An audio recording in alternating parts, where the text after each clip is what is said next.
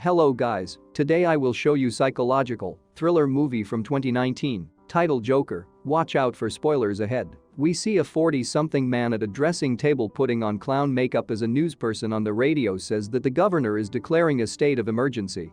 As the newsperson talks about garbage, poverty, and general squalor in Gotham City, the man forces a smile in the mirror. The man stands outside of a large music store dancing and holding up a sign while someone plays the piano. When a group of kids knock the sign out of his hand and run off, the man chases them down an alley. The boys hit him with the sign and beat him up as he lies on the ground, groaning. The scene shifts to the man, whose name is Arthur Fleck, laughing hysterically in a way that almost seems like weeping, in front of a social worker, a woman who looks at him with concern. She stares at him as he asks, "Is it just me, or is it getting crazier out there?" She agrees that the city is going through a very difficult time and asks him if he's been using his journal. She asks if he brought his journal, and he begins to fidget before bringing it out. She looks through the journal, which he tells her is a journal for his observations as an aspiring stand-up comedian. On one page, she finds a note that reads, "I just hope my death makes more sense than my life," and reads it aloud before asking him if seeing a social worker is helping. Arthur tells her he felt better when he was locked in a mental hospital, and we see a flashback of him hitting his head against a door. He asks the social worker to increase his medications, but she tells him that he's already on 7 different medications. "I just don't want to feel so bad anymore," he tells her, frowning. On the train, a young boy looks at Arthur from the seat in front of him. As Arthur makes funny faces for the boy giggles. The boy's mother turns around and tells Arthur to stop bothering her kid, and Arthur erupts in maniacal laughter. He hands the woman a card that says, "Forgive my laughter. I have a condition," and explains that his condition causes him to have sudden, uncontrollable bouts of laughter. Arthur returns home to an apartment that he shares with his mother, Penny. She asks him if he checked the mail, as a news story on the television warns of a new breed of super rat that is taking over the city. He gives his mother dinner in her bed as she talks about the fact that the millionaire for whom she worked for many years, Thomas Wayne, will not return her letters. Penny tells Arthur about someone who is running for mayor and how he will be able to save the city as a talk show, Live with Murray Franklin, starts. Penny and Arthur watch together. As they watch, Arthur has a fantasy about going on the late-night talk show. Murray Franklin tells jokes about the rat crisis in Gotham. As fantasy Arthur laughs from the crowd. When Arthur yells out that he loves Murray, Murray interviews Arthur, saying there's something special about him. Arthur tells Murray that he still lives with his mother, and Murray says that he too lived with his mother before he made it. "I've been the man in my house for as long as I can remember," Arthur says. "I take good care of my mother." The audience applauds as Arthur tells the audience that he was put on earth to spread joy and laughter. The fantasy continues as Murray invites Arthur down onto the stage. In an aside during the commercial break, Murray tells Arthur that he would give up all the trappings of show business to have a kid like Arthur. They hug, and we see Arthur watching the television show. The next day, Arthur is stretching, preparing to go out to work as a hired clown.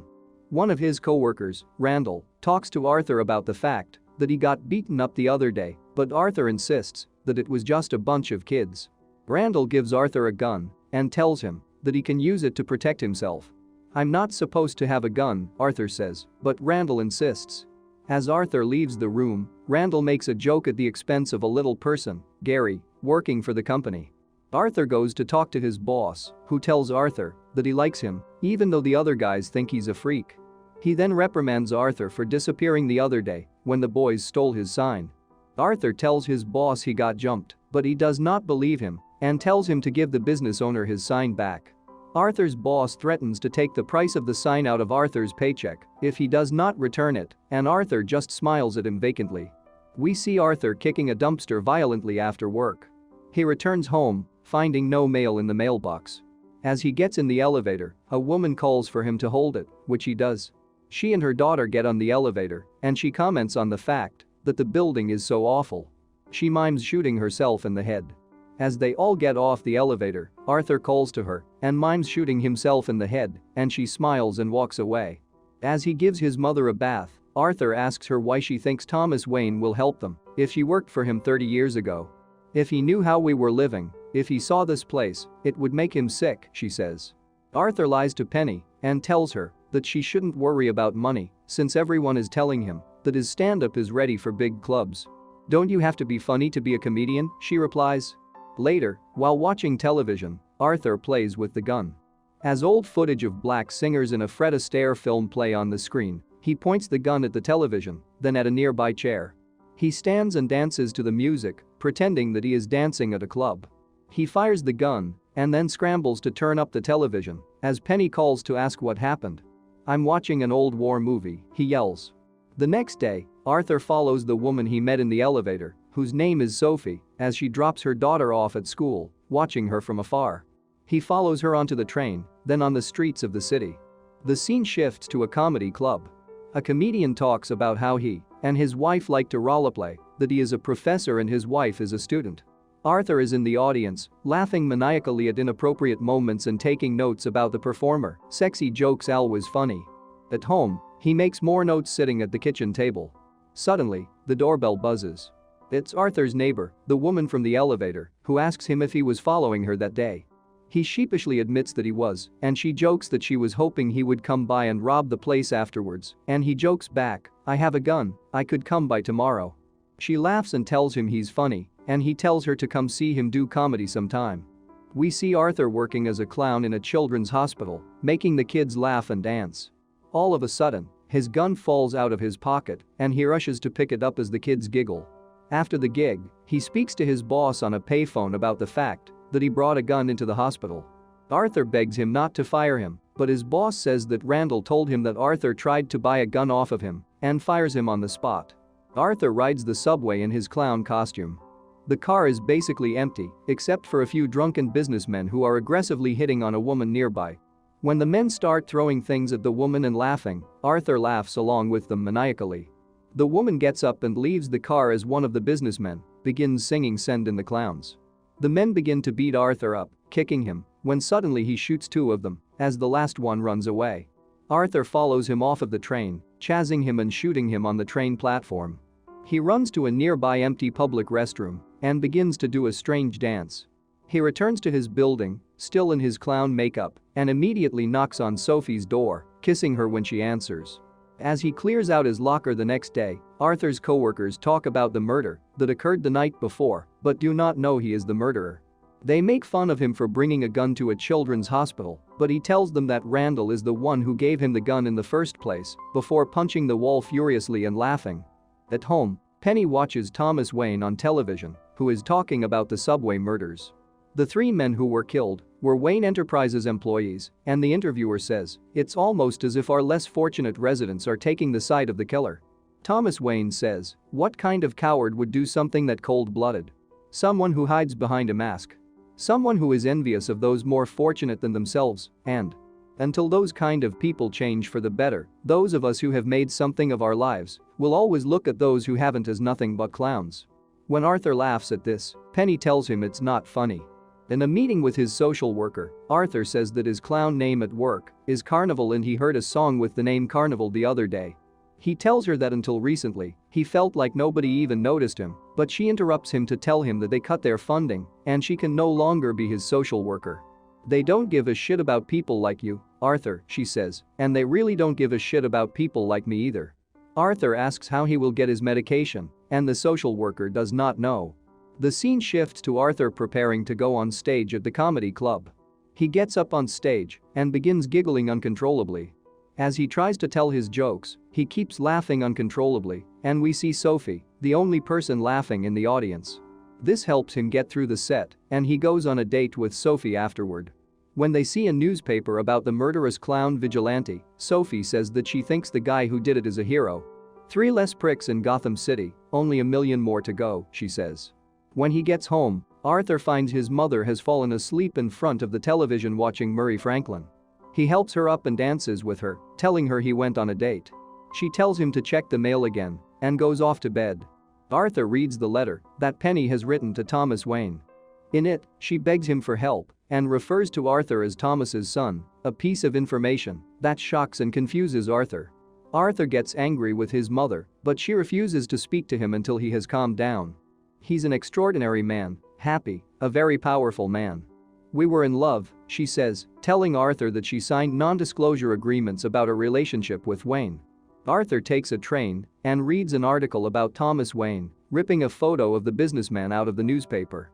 When he arrives at the Wayne Manor, he spots Thomas's young son, Bruce, and puts on a clown nose to entertain the boy. When Arthur approaches Bruce at the gate, Arthur hands Bruce his magic wand, which becomes limp in the boy's hand. Arthur says hello to the boy and asks his name. Bruce tells him, and Arthur pulls Bruce's mouth up into a smile, trying to see if they are brothers.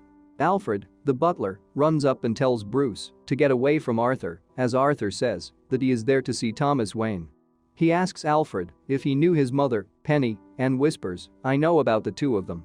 Alfred insists that Penny was delusional and is mentally ill as Arthur tries to strangle him through the gate. Arthur looks over at the young Bruce and suddenly runs away, ashamed of himself. Arthur returns home to his mother, being brought out to an ambulance. He climbs onto the ambulance with her, and they head to the hospital. Waiting outside the emergency room, Arthur smokes a cigarette, deep in thought. Two detectives come and tell Arthur that they came to his apartment to question him, but they spoke to his mother, who became hysterical and had a stroke. The detectives ask Arthur about the subway killings and discuss the fact that Arthur was fired for bringing a gun into a children's hospital. He insists that the gun was a prop and that he was fired for not being funny enough. Before he goes, one of the detectives asks Arthur if his laughing condition is real or part of an act. Arthur and Sophie sit beside Penny's hospital bed. Sophie tries to comfort Arthur, then goes to get a coffee. On television, Murray Franklin tells a joke about the garbage strike and Arthur laughs. Suddenly, Murray shows a clip of Arthur's stand-up set at the comedy club, making fun of Arthur's inability to tell a joke. Arthur's face falls as he realizes that Murray is mocking him. That night, Arthur lies in bed heartbroken, while someone on the television talks about the fact that class warfare has broken out.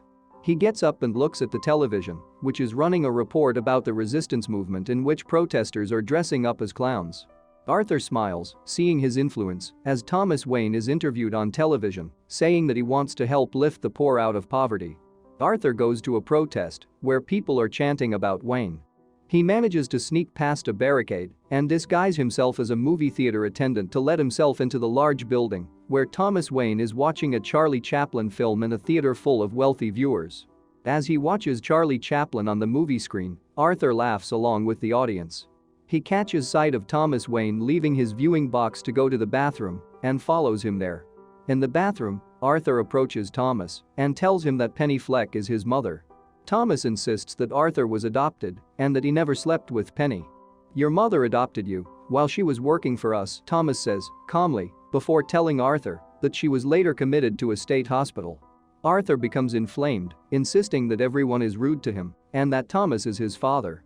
As Arthur is overcome with an uncontrollable laughing fit, Thomas punches him in the face. At home, Arthur listens to a telephone message from Detective Garrity asking Arthur to call back so they can ask him more questions. As he listens to the call, Arthur climbs into the refrigerator. The next morning, a woman from Murray Franklin's show calls Arthur and tells him that they want to book him as a guest on the show. Arthur agrees. Arthur travels to the Arkham State Hospital and does some research on whether his mother was ever committed. As he talks to the man in charge of the records, he tells him that he recently fucked up and did some bad shit. The clerk tells him that he is just a clerk, but that Arthur should talk to someone about his problems.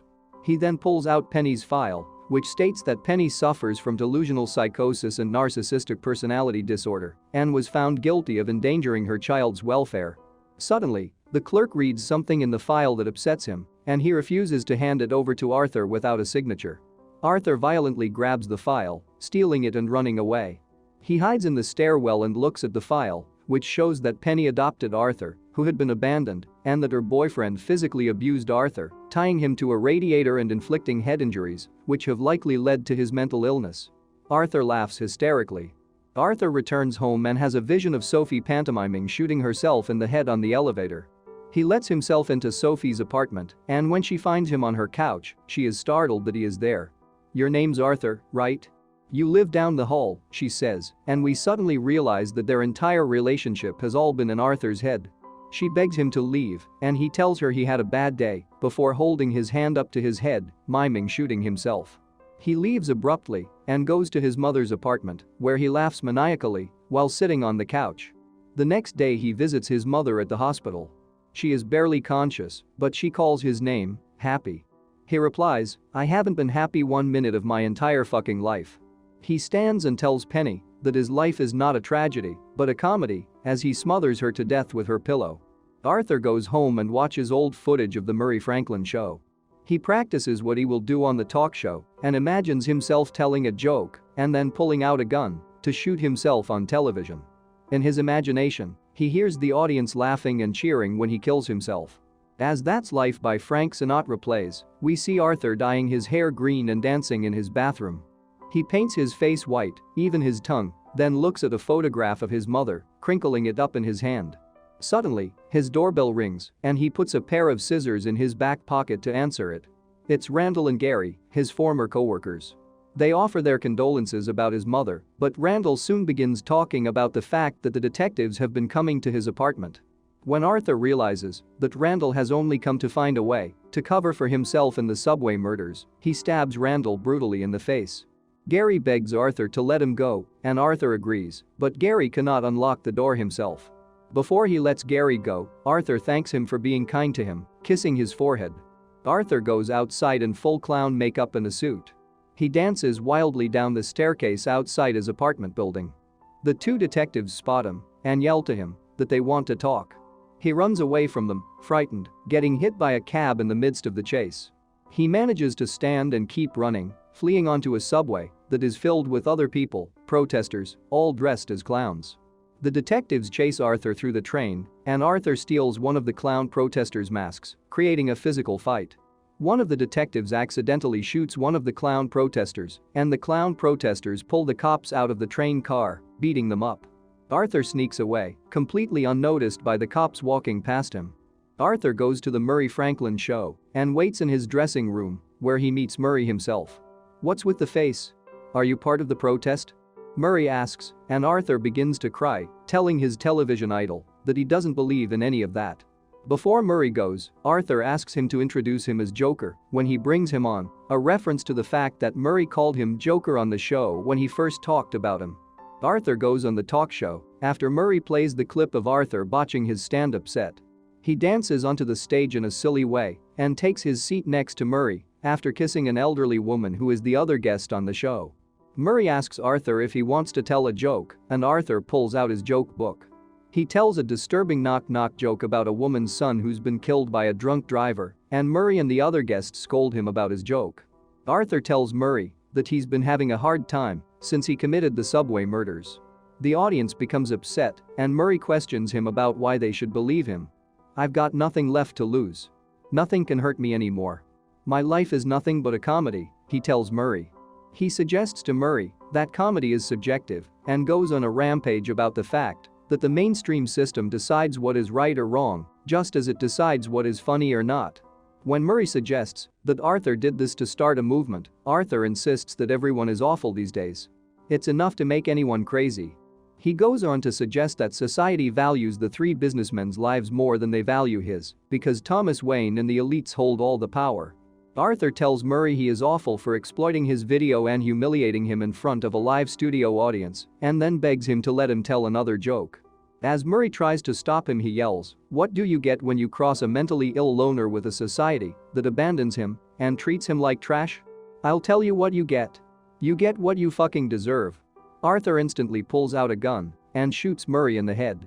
As the audience screams, Arthur laughs genuinely and tries to say something into the camera, but is cut off. We see Arthur in the back of a cop car watching as the city descends into violence and chaos. Suddenly, the cop car gets into an accident, colliding with an ambulance. Two men in clown masks get out of the ambulance and pull Arthur out of the cop car, laying his body on the hood. As the Wayne family leave a movie theater, a clown protester follows them into an alley and says the exact same joke that Arthur said before killing Murray, shooting the Wayne parents in front of Bruce. Arthur wakes up later on the hood of the cop car as a group of clown protesters cheer for him. He stands and dances for them before noticing that his nose is bleeding. He smears the blood on his lip and smiles maniacally as the crowd cheers. Some time later, we see Arthur at Arkham State Hospital, laughing hysterically and telling a story about his experience. He remembers the fact that his actions led to Bruce Wayne's parents getting killed, and he laughs about the fact that he has ruined Bruce's life in the same way that his own life has been ruined. A social worker tries to talk to him, and he tells her he wants to tell her a joke, but she won't get it. Moments later, we see Arthur leaving the room, leaving a trail of bloody footprints, evidently having killed the social worker.